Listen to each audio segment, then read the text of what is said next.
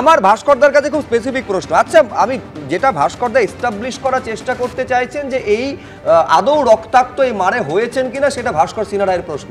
আচ্ছা, মুখ্যমন্ত্রী কেন দেখতে গেলেন? না, উনি অসুস্থ যে কোনো ব্যক্তি মুখ্যমন্ত্রী কেন দেখতে গিয়েছিলেন? তাহলে হাসপাতালে যদি কেউ ভর্তি থাকেন তাকে মনে করা হয় যে অসুস্থ সেই জন্য দেখতে গেছে, কিন্তু কোশ্চেনটা তাহলে কেন বার্তা দিতে হয়েছিল মুখ্যমন্ত্রীকে যে নাগলাকাটায় যে ঘটনা ঘটেছে সেটা ঘটনা অভিপ্রেত নয়, এইটা কেন বার্তা মুখ্যমন্ত্রীকে দিতে হয়েছিল? তৃণমূল কোথায় যুক্ত? তৃণমূল আক্রমণ করেছে কোথায়? আপনারা কি করে বলছেন যে একেবারে ছবিতে স্পষ্ট দেখা যাচ্ছে দলীয় যোগ রয়েছে কিনা সেটা পুলিশ ডিসাইড করবে, কিন্তু যাদের একেবারে স্পষ্ট দেখা যাচ্ছে আপনাদের অতি সমৃদ্ধ আপনাদের যে ডেটা আছে সেখান থেকে আপনাদের দেখান দয়া করে যে আপনারা যে ওখানে উনি আক্রান্ত হচ্ছেন, কোন ব্যক্তি আক্রান্ত করছে না, একেবারে ছবিতে যা রয়েছে সেটা আপনি দেখুন, আমাকে আলাদা করে দেখাতে হবে না, প্রত্যেক জায়গায় সেটা রয়েছে। আমি সৈকত গিরির কাছে আমি এইখানে আসতে চাই। আমি বলছি আমার কাছে অত্যন্ত উদ্বেগের সৈকত, আমার মহাত্মা গান্ধী সেই অত্যন্ত গুরুত্বপূর্ণ বক্তব্যটা মনে পড়ে যাচ্ছে, এক চোখের বদলে চোখ সারা পৃথিবীকে অন্ধ করে দেয়। আমি কিছুক্ষণ পরে দেখাবো যে তৃণমূল নেতারা কিভাবে হুমকি হুঁশিয়ারি দিচ্ছেন, কিন্তু আমি বলছি বদলার পথে যদি এইভাবে হাঁটতে হয়, 2021-এর যে এনএইচআরসির যে রিপোর্ট যেটা হাইকোর্টে জমা দেওয়া হয়েছিল সেখানেও বলা হয়েছিল যে কিভাবে প্রতিহিংসার রাজনীতি তৃণমূল কংগ্রেস করেছে। আলটিমেটলি আরেকটা রক্তাক্ত নির্বাচন তাহলে আমরা দেখতে চলেছি কয়েক মাস পরে। হিংসার রাজনীতির ওপর ভর করেই তৃণমূল বিজেপি রাজনীতি করে। শুভেন্দু অধিকারী 2011 সালের পর তৃণমূল কংগ্রেসের নেতা হয়ে কয়েক হাজার বামপন্থীদের পার্টি অফিস, ঘর বাড়ি, কয়েক লক্ষ কর্মীকে ঘরছাড়া করেছিলেন। 21 সালে বিজেপির নেতা হয়েছেন, তারপর 24 সালে দাঁড়িয়ে 25 সালে দাঁড়িয়ে আবার হিংসার বার্তা দিচ্ছেন। আসলে এইসব হুঙ্কার ফুঙ্কার সার, কিচ্ছু করার ক্ষমতা নেই, নিচুতলার তৃণমূল বিরোধী কর্মী সমর্থকদের বিভ্রান্ত করছেন। কি হয়েছে? অভিজিৎ খুনের বিচার কি হয়েছে? এইসব হুঙ্কার হবে, একে অপরের দিকে তেড়ে যাবে। মাঝখান থেকে দাঁড়িয়ে নদিয়ায় তৃণমূলের বিধায়ক সত্যজিৎ খুনে অভিযুক্ত বিজেপি নেতা নির্মল বাবু আজকে তৃণমূলের পতাকা ধরে নিলেন। একের পর এক চোর গুন্ডা বদমায়েশ, আসলে মস্তানরা, সমাজ বিরোধীরা, বাহুবলীরা, গুন্ডারা, তারা আজকে এমএলএ হয়েছে, তৃণমূল বিজেপির নেতা হয়েছে।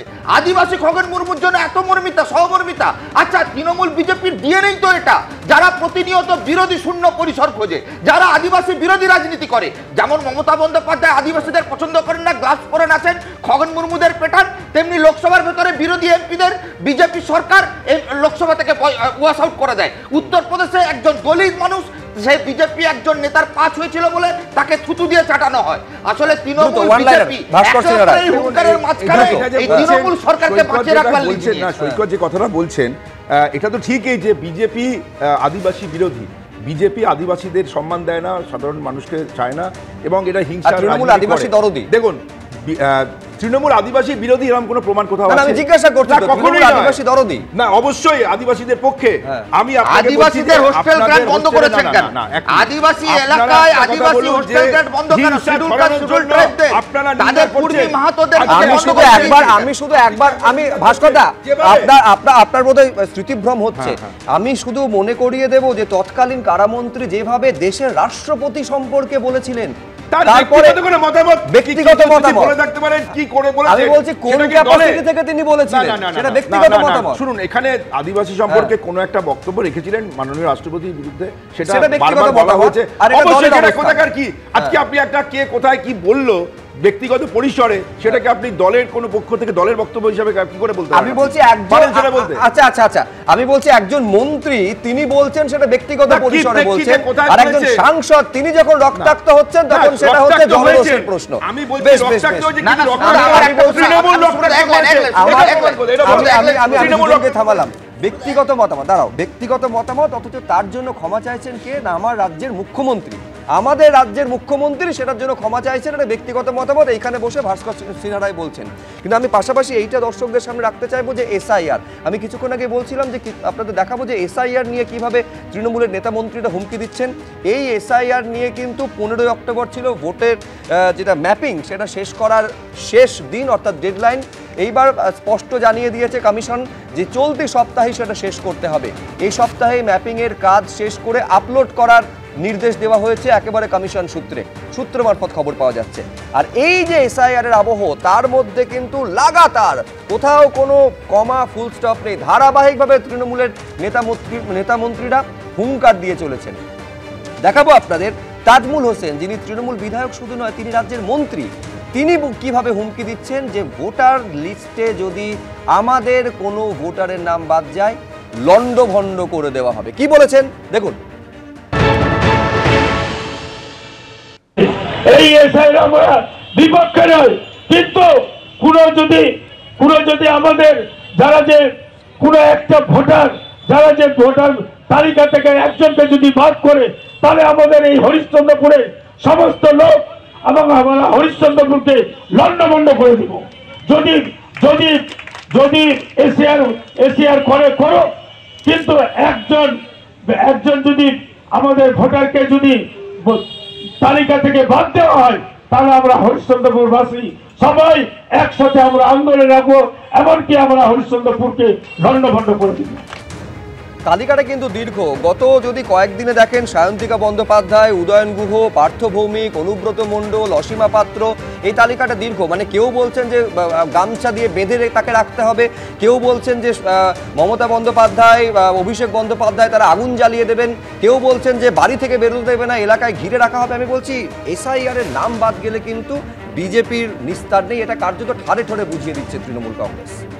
দেখুন, যার বক্তব্য শোনালেন আমি জানি না কোথাকার উনি 2 পয়সার তৃণমূলের নেতা, বলতে গিয়ে তো মন্ত্রী রাজ্যের কি বলছো? মন্ত্রী মন্ত্রী, ওটা মন্ত্রিসভা, ওটা চোর সভা। তৃণমূলের মন্ত্রিসভা বলে এই রাজ্যে কিছু নেই, ওটা চোর সভা। তো এই চোর সভার একজন সদস্য বড় বড় ডায়লগ মারতে গিয়ে 10 বার তো তোতলে যাচ্ছিলেন। এত তোতলানোর কি আছে? আপনি কি লন্ডভন্ড করে দেবেন? এত নাকি আপনার দম, দেখান দম, তারপর আমরা দেখবো ইলেকশন কমিশন কি করে। আমি বলছি কোন স্ট্যাটুটরি বডি এসআইআর করবে, এবার সেটা যদি আটকাতে যায়, তারপর আমরাও দেখবো কি করে এই রাজ্যে এই তৃণমূলের নেতাগুলো, এই 2 পয়সার নেতাগুলো আবার তারপর ভোটে যায়। উইদাউট এসআইআর কোনো ভোট আমরা অ্যাকসেপ্ট করব না। পরিষ্কার অনুপ্রবেশকারীদের খেলা আমাদের মাথায় উঠে নাচবে, বাংলাদেশিদের মাথায় তুলে নাচবে, আর আমাদের দেশের নাগরিকদের এভাবে সাইবার করবে, তাদেরকে টার্গেট করবে, এটা চলতে দেওয়া যায়। আচ্ছা, আমি জানি না, এটা ভাস্কর দা হয়তো আরো ক্লিয়ার করতে পারবেন। যেটা তাজমুল হোসেন বলছেন যে আমাদের কোনো ভোটারের নাম যদি বাদ যায়, আচ্ছা আমাদের ভোটার মানে কি? তৃণমূলের ভোটার? মানে কোথাও এই আশঙ্কাটা করছেন যে এসআইআর হলে তৃণমূলের অবৈধ ভোটার বাদ যেতে পারে? বলতে দিন। বিহারের অভিজ্ঞতা আমাদের যথেষ্ট খারাপ। আপনি দেখুন এসআইআর এ কোনো বৈধ ভোটারের নাম যাতে বাদ না যায়। এক সেকেন্ড, আচ্ছা এক সেকেন্ড, আমি ভাস্কর দার কাছে একটু ক্ল্যারিটি চাইছি যে বিহারে অভিজ্ঞতা খারাপ। বিহারে অভিজ্ঞতাটা কেন খারাপ? বিহারে আপনি যতজন নামের বাদ দিয়েছিল প্রথমে, শেষ অবধি সেই নামগুলো আবার তাহলে উঠতে বাধ্য হলো কেন? সুপ্রিম কোর্টকে কেন ইন্টারফেয়ার করতে হলো? আমি আপনাকে বলতে দিন ভাই।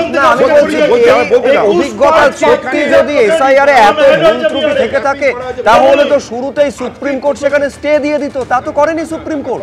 হ্যাঁ, আপনি বলছি যে কোনো ভোটারের নাম বাদ দেওয়া যাবে না। এসআইআর এর উদ্দেশ্য কি? কি উদ্দেশ্যে করছে? অনুপ্রবেশকারীদেরকে বাদ করতে হবে। তারা ভারতীয় নয়। কোথায় অনুপ্রবেশ? তারা ভারতীয় নয়। মৃত মানুষের নাম এসআইআর এর বিরুদ্ধে কোনো বৈধ ভোটারের নাম বাদ দেওয়া যাবে না। অনুপ্রবেশকারীরা দেব না। বাংলাদেশিরা আজকে এখানে নির্বাচনের আগে তার মানে ভাস্কর সিনহারা কি চাইছেন যে যদি কোনো অবৈধ ভোটার থাকে, যদি কোনো অনুপ্রবেশকারী থাকে, সেই তালিকাগুলো তার মানে থেকে যাবে ভোটার তালিকায়, এইটা চাইছেন দ্রুত। সৈকত গিরি, আমি বলছি অগ্র একটু আগে বললো যে চোর মন্ত্রিসভার, ওই চোর মন্ত্রী 10 বার তোতলে কথা বলছেন, এ কথা ঠিক। চোর মন্ত্রিসভার পুরো মন্ত্রিসভাটা চোর, একথা আমরা জানি, এবং তারা বেঁচে আছে এই কারণে, কারণ দিল্লির ইডি সিবিআই কিছু করছে না বলে। কিন্তু প্রশ্ন হচ্ছে শুভেন্দু অধিকারীও যেভাবে হুমকি দিচ্ছেন, যে দলের সর্বভারতীয় সভাপতি ডায়মন্ড হারবারে মার খেয়ে ফিরে যাওয়ার পর কোনো ব্যবস্থা হবে না। এই চাপানুতোরের মাঝে ভোটটা কতটা শান্তিপূর্ণভাবে, এসআইআর কতটা মসৃণভাবে হবে, এটা লাখ টাকার প্রশ্ন।